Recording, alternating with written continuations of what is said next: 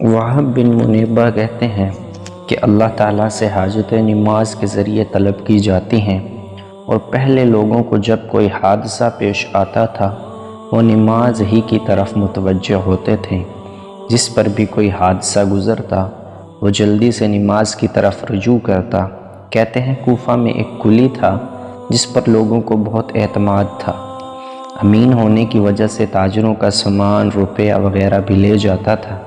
ایک مرتبہ وہ سفر میں جا رہا تھا، راستے میں ایک شخص اس کو ملا، پوچھا کہاں کا ارادہ ہے؟ کلی نے کہا فلاں شہر کا۔ وہ کہنے لگا مجھے بھی جانا ہے، میں پاؤں چل سکتا تو تیرے ساتھ ہی چلتا، کیا یہ ممکن ہے کہ 1 دینار کرائے پر مجھے خچر پر سوار کر لے؟ کلی نے اس کو منظور کر لیا اور وہ سوار ہو گیا۔ راستہ میں ایک دوراہا ملا، سوار نے پوچھا کدھر کو چلنا ہے؟ کلی نے شارع عام کا رستہ بتایا۔ سوار نے کہا یہ دوسرا رستہ قریب کا ہے اور جانور کے لیے بھی سہولت کا ہے کہ سبزہ اس پر خوب ہے۔ کلی نے کہا میں نے یہ رستہ نہیں دیکھا۔ سوار نے کہا میں بارہا اس رستے پر چلا ہوں۔ کلی نے کہا اچھی بات ہے، اسی رستہ کو چلیں۔ تھوڑی دور چل کر وہ راستہ ایک وحشتناک جنگل پر ختم ہو گیا جہاں بہت سے مردے پڑے تھے۔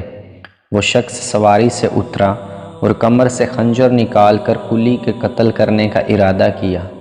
کلی نے کہا کہ ایسا نہ کر، یہ خچر اور سامان سب کچھ لے لے، یہی تیرا مقصود ہے، مجھے قتل نہ کر۔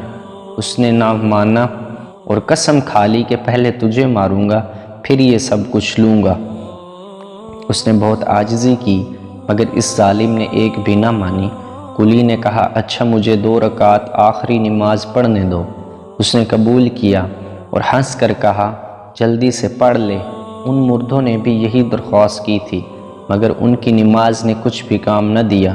اس کلی نے نماز شروع کی، الحمد شریف پڑھ کر سورت بھی یاد نہ آئی۔ ادھر وہ ظالم کھڑا تقاضا کر رہا تھا کہ جلدی ختم کر۔ بے اختیار اس کی زبان پر یہ آیت جاری ہوئی، امن یحب المزترع اذا دعہ۔ یہ آیت پڑھ رہا تھا اور رو رہا تھا کہ ایک سوار نمودار ہوا جس کے سر پر چمکتا ہوا خود یعنی کہ لوہے کی ٹوپی تھی۔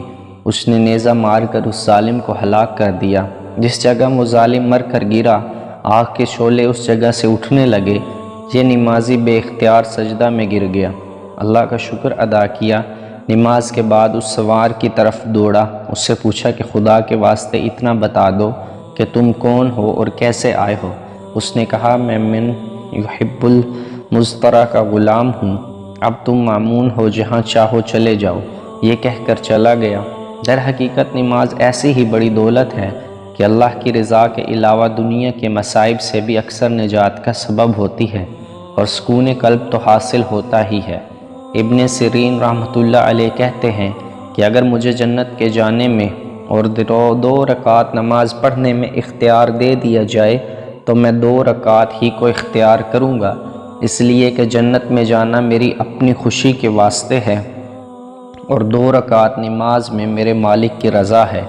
حضور صلی اللہ علیہ وسلم کا ارشاد ہے بڑا قابل رشک ہے وہ مسلمان جو ہلکا پھلکا ہو، یعنی اہل و عیال کا زیادہ بوجھ نہ ہو، نماز سے وافر حصہ اس کو ملا ہو، روزی صرف گزارے کے قابل ہو، جس پر صبر کر کے عمر گزار دے، اللہ کی عبادت اچھی طرح کرتا ہو، گمنامی میں پڑا ہو، جلدی سے مر جاوے، نہ میراث زیادہ ہو نہ رونے والے زیادہ ہوں۔